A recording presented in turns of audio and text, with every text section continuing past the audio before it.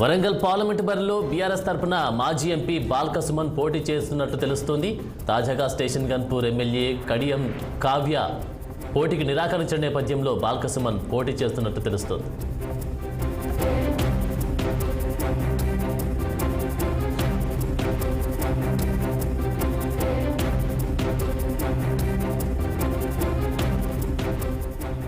Warangal parliament బరిలో BRS తరపున మాజీ ఎంపీ బాల్క సుమన్ పోటీ చేస్తున్నట్టు తెలుస్తోంది.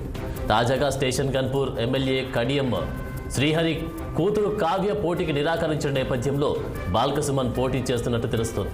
ఇక ఇదే అంశానికి సంబంధించి తాజా అప్డేట్స్ మా ప్రతినిధి కృష్ణ లైవ్ లో అందిస్తారు. కృష్ణ, అందులోనే మొన్న జరిగిన అసెంబ్లీ ఎన్నికల్లో ఉమ్మడి వరంగల్ జిల్లా వ్యాప్తంగా ఉన్న 12 కాన్స్టిట్యున్సీలు 10 కాన్స్టిట్యున్సీలు కాంగ్రెస్ కైవసం చేసుకునడంతో బీఆర్ఎస్ పార్టీకి చైతన్యం ఏర్పడింది. చూసినట్టయితే ఎప్పుడైతే ఎలక్షన్లు జరిగినాయో అప్పటి నుంచే బీఆర్ఎస్ పార్టీ ఒకరికొరిగా మొత్తానికి బీఆర్ఎస్ పార్టీ వరంగల్ జిల్లాలో రాలేదని చెప్పుకోవచ్చు.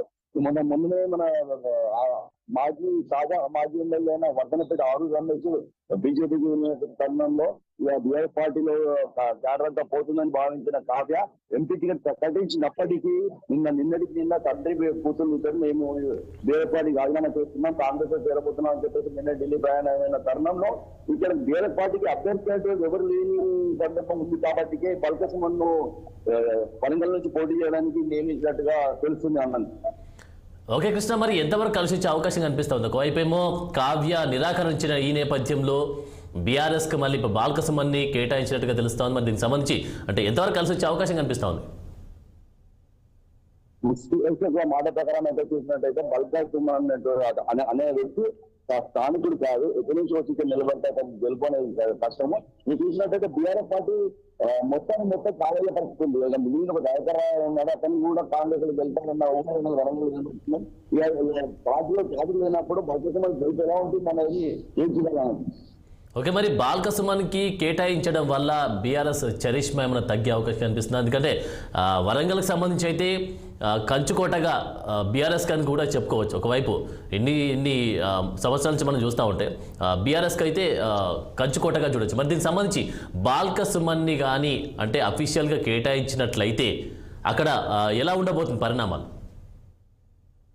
గత 10 సంవత్సరాలుగా చూసుకున్నట్టయితే బీఆర్ఎస్ పార్టీకి వరంగల్ లో తిరిగి అని చెప్పుకోవచ్చు. గత ఎన్నికల్లో చూసినట్టయితే 12 కాన్స్టిట్యున్సీలకు కాను 10 కాన్స్టిట్యున్సీలు బీఆర్ఎస్ గెలిచింది. అంటే 10 సంవత్సరాలుగా బీఆర్ఎస్ ఇక్కడ వెళ్తూ వచ్చింది. అయినా కానీ మొన్న జరిగిన రీసెంట్ ఎన్నికల్లో 12 మళ్ళీ ఉంటాయని చెప్పుకోవచ్చు. 12 స్థానాల్లో 10 స్థానాలు గెలిచిన బీఆర్ఎస్ పార్టీ ఇంకా 2 స్థానాలను కైవసం చేసుకునే 10 స్థానాలను కాంగ్రెస్ కైవసం చేసుకుంది.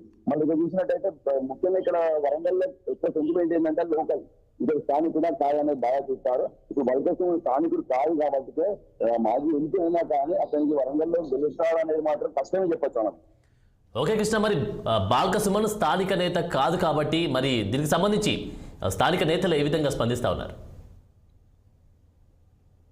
స్థానిక నేతల్లో ఇప్పటికే చర్చ మొదలైంది. ఎందుకంటే మేము స్థానికంగా ఉన్నాం, ఈ రోజు నుంచి జెండా మోస్తున్నాం, ఉద్యమంలో పాల్గొన్నాం, మమ్మల్ని కాదని చెప్పేసి ఇక్కడనే ఉన్న పరిస్థితి మనం తీసుకొచ్చి ఇక్కడ పోటీ చేస్తే మేము సహకరించమని చెప్పేసి ఇప్పటికే మీటింగ్లు జరుగుతున్నాయి.